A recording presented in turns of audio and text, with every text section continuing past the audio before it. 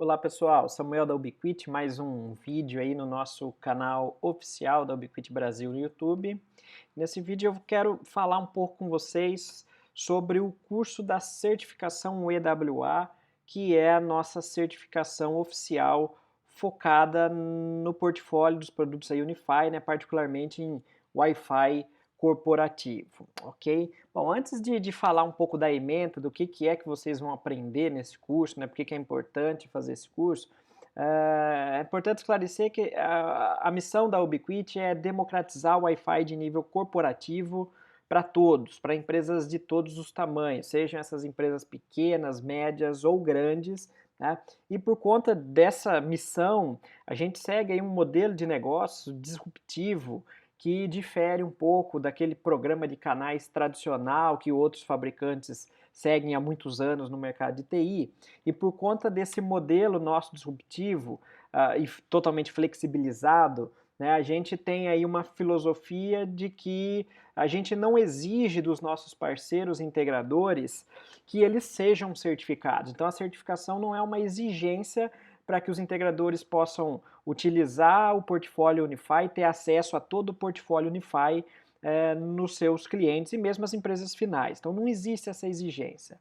Bom, uma vez que não existe essa exigência, muitas vezes as pessoas se perguntam, né, questionam, mas então qual seria o real valor da certificação se o mercado não vai exigir isso de mim, né? E aí o que eu digo é o seguinte, na verdade, qualquer programa educacional, qualquer certificação, qualquer curso, qualquer treinamento, né, o verdadeiro valor dele é o conteúdo, é o processo de aprendizado, é aquilo que você aprende, né? E a grande vantagem de você frequentar o curso presencial da certificação EWA é o contato que vocês vão ter com os tópicos que eu vou mostrar na ementa do curso aqui na sequência. E isso vai ser fundamental no projeto de Wi-Fi, porque eu costumo dizer que a operação da ferramenta, qualquer que seja, ela é a parte menor, né, do peso aí, da essência das boas práticas de projeto. O mais importante para a gente ter confiança para executar as configurações é entender muito bem os fundamentos de wireless, de radiofrequência, de projeto de redes sem fio locais, né, como tem que ser feito o planejamento, a implantação, e é isso que o curso vai abordar. Então vamos lá, focando aqui no curso em si, né, eu vou estar então particularmente falando do EWA. O que quer dizer essa sigla UEWA? O EWA quer dizer Ubiquiti Enterprise Wireless Admin, ou, fazendo aí a tradução livre, né, administrador de redes sem fio corporativas da Ubiquiti, né? E esse é um curso de 2 dias de duração, ele tem uma carga horária de 16 horas, normalmente são 2 dias de 8 horas, não precisa necessariamente ter esse formato, 2 dias de 8 horas, mas a carga horária exigida são 16 horas, normalmente divididas nesses 2 dias, e ele necessariamente é um curso presencial, em class, né? Então não existe a possibilidade de fazer esse curso EAD, à distância. Existem vários cursos de Unify EAD dos nossos parceiros instrutores, também existe um curso EAD hands-on, né, 100% prático de operação do Unify no nosso canal aqui no YouTube, mas o curso oficial de certificação, obrigatoriamente, ele tem que ser presencial, porque no final do segundo dia o instrutor vai liberar o exame para que vocês façam esse exame na plataforma de learning da Ubiquiti, e se você acertar mais que 65%, você é aprovado, tá? Então é um curso presencial de 2 dias, em sala de aula com o instrutor, que tem foco aí nos conceitos mais importantes relacionados à rede sem fio Enterprise. É isso que a descrição aqui mostra pra gente, né? Eu estou na página de treinamentos no site da Ubiquiti, tá?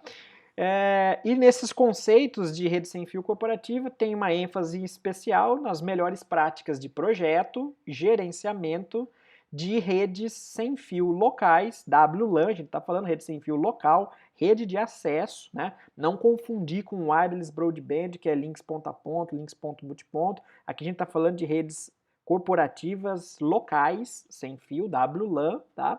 Unify, particularmente, obviamente, né, usando os produtos da linha Unify, tá?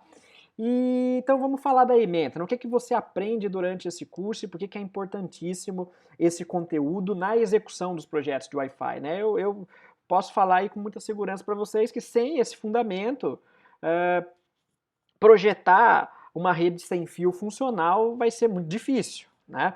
Na verdade, é um erro grosseiro a gente achar que a rede sem fio, a gente vai lá, implanta o equipamento e vai ajustando à medida que os problemas vão aparecendo, né? A chance de você ter um problema com essa abordagem, ela não é pequena, ela é quase que 100% certeza que você vai ter problema. Então, o projeto de rede sem fio começa lá no planejamento. Bom, a primeira coisa que é abordado no curso, que vocês têm que conhecer muito bem, é a questão de fundamentos de redes locais sem fio, né? E o que entra em fundamentos? O que são esses conceitos básicos tão importantes? A questão do uso de radiofrequência no espectro não licenciado, né, nas bandas não licenciadas, particularmente 2.4 GHz e 5 GHz, ou seja, quais são as características dessas bandas, qual a diferença, né, da operação em 2.4 da de 5 GHz, né, como que está o espectro atualmente nessas bandas, existem subbandas nessas bandas? Então, por exemplo, a gente olha hoje lá em 5 GHz, a gente tem várias subbandas, várias faixas, né, as bandas intermediárias, Uni 2 estendida, elas estão sujeitas a um outro serviço com caráter aí de operação primário, que é o serviço de radares meteorológicos. Então, existe uma lógica, que é o que a gente chama de Dynamic Frequency Selection, DFS, que opera diferente das outras bandas, tá? Isso vocês estudam no curso. Tem a questão das diferenças da faixa de 2.4 para 5 GHz, né? Em 2.4 o alcance acaba sendo maior, a capacidade de penetrabilidade ao objeto, e isso é menor em 5 GHz, que muitos pensam que é uma desvantagem, mas hoje nos novos projetos de Wi-Fi isso na verdade é uma vantagem, eu já comento daqui a pouco aqui na questão de cobertura. Então aí vocês vão estudar a questão de operação dos canais, né, avaliar quais são os canais disponíveis em cada uma dessas faixas de frequência, os domínios regulatórios, né, não é porque a faixa de frequência ela é não licenciada que isso quer dizer que você pode fazer o que você quiser. Todo o uso de radiofrequência no Brasil é regulamentado, é regulado pela Anatel, mesmo as faixas de frequência não licenciadas. Então você tem que entender o que você pode e o que você não pode fazer, tá? Você também vai estudar os padrões de rede sem fio, isso é fundamental, né? A evolução do Wi-Fi desde 1997, né? 1999 com o primeiro padrão, e a evolução ao longo do tempo, até a gente chegar hoje no atual padrão Wi-Fi 5, que é o AC, né? Então é importante entender esses diferentes padrões para saber o que cada um deles entrega de diferente e por que é importante no meu projeto de rede Wi-Fi, sempre que possível, buscar homologar dispositivos clientes que sejam do atual padrão AC, né, e não mais legados ou do antigo padrão aí, N, né, Wi-Fi 4, tá? Questão de métodos de acesso ao meio, isso é fundamental, né? O wireless, diferente do cabo, opera usando um método de acesso ao meio que a gente chama de CSMA-CA. Né? Então, o meio aéreo ele é compartilhado, diferente do cabo, em que cada máquina tem um cabo conectado, dedicado na porta do switch, no wireless o meio é compartilhado, tem que ser dividido, distribuído entre todos os clientes que ocupam essa célula. Então tem que ter toda uma lógica, uma inteligência de operação para que o access point em comunicação com os clientes consiga organizar o uso eficiente da célula. Então vocês vão estudar como é que funciona esse método no curso. É questão de equipamentos de rede, né, que fazem parte de um projeto de WLAN. Então esse é o bloco aí de fundamentos. Aí na sequência venha talvez o ponto mais importante do curso, né, o conteúdo mais rico, que é a questão de planejamento de rede sem fio. Isso é fundamental, né? Como eu disse agora há pouco, nenhuma rede sem fio deveria ser implantada e depois ajustada. Toda rede sem fio deveria ser previamente planejada, então implantada e, por fim, validada, né? Para ver se está operando da maneira que foi planejada inicialmente. E aí, quando a gente fala de planejamento, tem muitas coisas que têm que ser levadas em consideração nessa etapa inicial. Né? Tem que ser avaliada a tecnologia que vai ser usada nos equipamentos, né? Qual a capacidade dos meus clientes, quantidade de antenas, tecnologia que ele suporta, quais as aplicações que eu quero atender, que tipo de perfil de uso que vai ter na minha rede. É um projeto de um galpão, centro de distribuição, onde os clientes são coletores que precisam de pouca taxa de transmissão para funcionar? É um projeto de um evento que tem alta densidade, em que eu preciso ter mais células menores para entregar mais desempenho, né, para eu ter uma largura de banda total, usando mais APs operando em canais diferentes? Enfim, é um escritório onde eu tenho clientes, laptops top de linha, de alto desempenho, tudo isso vai interferir, né, na escolha do equipamento, no dimensionamento do projeto que vai ser feito, ok? Aí, Outro ponto aqui na questão do planejamento é a questão de cobertura e uso dos canais, né? Anos atrás a gente fazia projeto de rede Wi-Fi com base na área de cobertura. E hoje isso é um erro. Hoje os novos projetos eles têm que levar em consideração não a área de cobertura, mas principalmente a capacidade dos clientes, né? A capacidade das células, dos access points para atender os clientes. Então, os novos projetos de redes Wi-Fi tem que ser focados não em cobertura, né, eu usar o mínimo de APs possível com maior área de cobertura, mas em desempenho. E focar em desempenho quer dizer o quê? Que tem que ser usados mais APs com células menores, porque as células sendo menores, os clientes vão conseguir modular com os índices mais altos e aí, portanto, ter mais velocidade e a célula ter mais desempenho. Tá? Então, essa é uma questão fundamental, entender a diferença de projeto por cobertura e por capacidade. Questão de potência de transmissão. Potência de transmissão é fundamental também, né? As pessoas, é um erro grosseiro também que as pessoas cometem achar que para ter qualidade o access point tem que estar com altas potências de transmissão, porque no cliente as barrinhas lá elas vão aparecer, né? Você vai ver mais barrinhas. E, na verdade, isso é um conceito extremamente errado. Vocês vão estudar durante o curso que a rede tem que ser projetada olhando de maneira centrada no dispositivo cliente. E o dispositivo cliente, ele é o ponto de gargalo na comunicação, né? Ele tem rádios, transmissores e antenas de menor capacidade, de menor qualidade do que os access points, que são dispositivos especialistas, né? São especialistas em prover uma célula Wi-Fi. Então vocês vão entender por que o ganho de antena é muito melhor do que a potência de transmissão. Aliás, uma das primeiras boas práticas em todo projeto de rede Wi-Fi é pegar a potência de transmissão do AP, que por padrão é a mais alta, e já diminuir isso para médio ou baixo nos projetos com objetivo, com foco em qualidade e desempenho. Tá? Até porque a potência de transmissão dos clientes é muito inferior à do AP, mas vocês estudam isso durante o curso. A questão de disponibilidade de canais, a questão do nível de sinal, que a gente chama de RSSI, versus o ruído, versus a interferência. Né? A verdadeira métrica de qualidade em rede Wi-Fi não é o nível de sinal. O nível de sinal é uma delas. Só que não adianta eu ter um nível de sinal excelente se no mesmo ambiente que eu estou falando tiver muito ruído, muita interferência e muitos outros equipamentos falando alto também. Então a verdadeira métrica de qualidade vai ser uma composição do nível de sinal e do ruído que existe no ambiente. A gente vai chamar essa métrica de SNR, que é a minha relação sinal-ruído, ok? Questão do tempo aéreo, né, célula, o tempo aéreo para transmissão é compartilhado, questão de capacidade, questão de densidade, redes mistas, né, praticamente todos os projetos de Wi-Fi hoje, eles são compostos por clientes Wi-Fi 4, antigo padrão N, Wi-Fi 5, atual padrão AC, então as redes vão ser mistas, vocês vão estudar qual o impacto disso, né, o que isso implica na rede. Então, entendendo tudo isso, é possível fazer um bom planejamento, olhando para os clientes, olhando para os access points, olhando para as aplicações, olhando para o cenário, e aí é possível construir um plano de como deve ser a estrutura dessa rede para que na sequência seja feita a implantação, deployment, né? Então, o próximo módulo, ele é focado no site survey durante o processo de implantação da rede, né?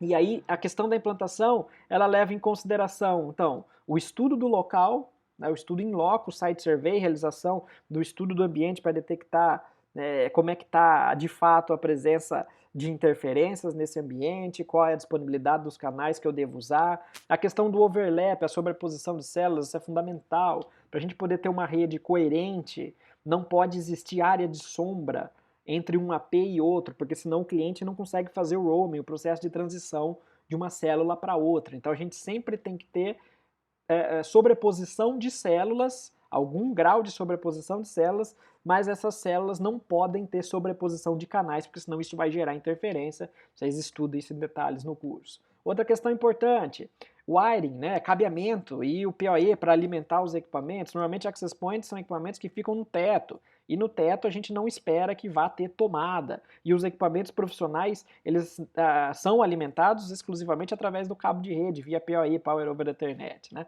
Então, o cabeamento é tão importante para uma rede wireless, a infraestrutura cabeada é tão importante quanto o wireless propriamente dito, né? Então, é importante olhar para isso, analisar a estrutura de cabeamento que vai atender os meus APs. A questão de benchmarking é fundamental para avaliar o desempenho da rede, né, não só no momento de instalação, que a gente chama aí de documentação de base, né, o baseline, para saber qual é o desempenho que a minha rede tem, mas é importante estabelecer checkpoints ao longo do tempo e monitorar e avaliar a evolução disso para saber se em algum momento é hora de escalar, de expandir a rede, tá? Aí nos módulos finais tem a parte de operação propriamente dita dos equipamentos Unify, né? Então tem a questão de adoção básica e de configuração dos equipamentos, né? Aí vocês vão aprender a instalar a controladora, a trabalhar com múltiplos sites, né? O processo automático de adoção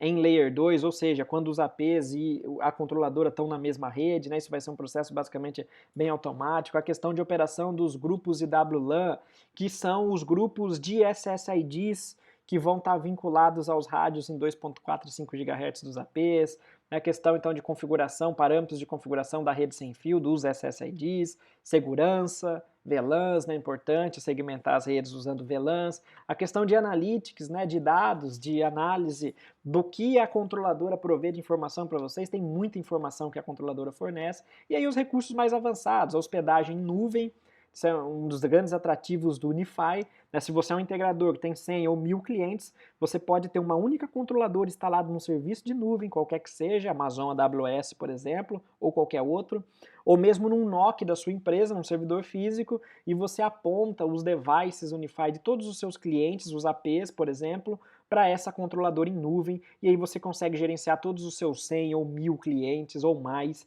a partir dessa controladora centralizada. Questão de protocolos, né, o Discovery, processo de descoberta em Layer 2, SSH para acesso remoto, DNS para resolução de nomes, DHCP para entrega de endereço, tudo isso é importante no contexto da infraestrutura da rede. E recursos avançados, como por exemplo o Minima RSSI, é um recurso para otimizar o processo de roaming dos clientes de uma célula para outra, isso é importante para melhorar o desempenho do processo de roaming, para estabelecer um limite lógico de qualidade da célula, para não deixar que clientes se conectem muito afastados do AP, porque fazer isso modula baixo e implica em mais ocupação do tempo aéreo para menos transmissão de dados e acaba com o degrado do desempenho da célula como um todo, né? Alguns outros recursos, o ZHR, o Zero Handoff Roaming, na verdade é um recurso legado que era usado antigamente nos APs, hoje não se usa mais essa estratégia, o ZHR colocava todos os APs no mesmo canal para diminuir a latência do roaming dos APs entre células, hoje isso é considerado uma estratégia muito ruim, já foi uma estratégia razoável, hoje é muito ruim. Hoje a gente faz um planejamento de canais nesses APs, inclusive hoje existe suporte, isso precisa ser manualmente habilitado na controladora, a 802.11r, que é o Fast Roaming, né, para otimizar o roaming também. Enfim, vocês estudam detalhes no curso. O Guest Portal, né, o portal de visitantes, como é que funciona, como é que faz para montar seu hotspot, controles de acesso, personalização, enfim, conteúdo bem amplo, né, teórico, prático, de operação. É um curso que definitivamente vale a pena. Só para finalizar, que é importante ter em mente o seguinte, né? Olha lá o nome do curso, então, Ubiquiti Enterprise Wireless Admin. Então, o curso de certificação EWA ele é focado em Wi-Fi. Né? O portfólio Unify ele é completo, ele é a linha completa, APs Wi-Fi, switches no cabeado e também roteadores, mas o foco do curso ele é o wireless, tá? Então vocês basicamente estão aí numa ementa focada em rede sem fio, que é o carro-chefe da Ubiquiti, ok? Por fim, a gente tem naquela linha que eu comentei antes, né, que a gente não burocratiza o processo, não exige a certificação, ainda que o curso seja sempre válido e importante, o material oficial dessa certificação ele é disponível gratuitamente para vocês. Eu vou deixar o link na descrição desse vídeo para vocês poderem acessar a apostila oficial. É esse material que está aparecendo aqui na minha tela. E esse material aí já foi traduzido há pouco mais de um ano pelo time da Ubiquiti Brasil para vocês. Então, se eventualmente você é um autodidata que não faz questão do certificado e prefere estudar por conta, ótimo, não tem problema nenhum, o material está lá à sua disposição. Se o seu perfil já é daqueles que sente falta da presença do instrutor em sala de aula, ótimo, então a certificação é ideal para você, até para você poder debater com o instrutor, tá? Então o material está lá disponível, toda aquela ementa está aqui abordada detalhadamente nessa apostila, fundamentos da WLAN, planejamento, a questão de implantação, configuração, analytics, enfim, toda aquela ementa que eu já expliquei para vocês, ok? Então o vídeo era esse, o objetivo era explicar um pouco da certificação UEWA para vocês, Se vocês tiverem alguma dúvida, fiquem à vontade para entrar em contato com a gente nos nossos canais. A gente tem nosso fórum oficial, a gente tem o canal do YouTube, grupos no Facebook, grupos no WhatsApp, grupos no Instagram, grupos no Telegram, tá? É bem fácil localizar a gente participa em todos e acompanha vocês por lá. Então um abraço, até o próximo, tchau, tchau.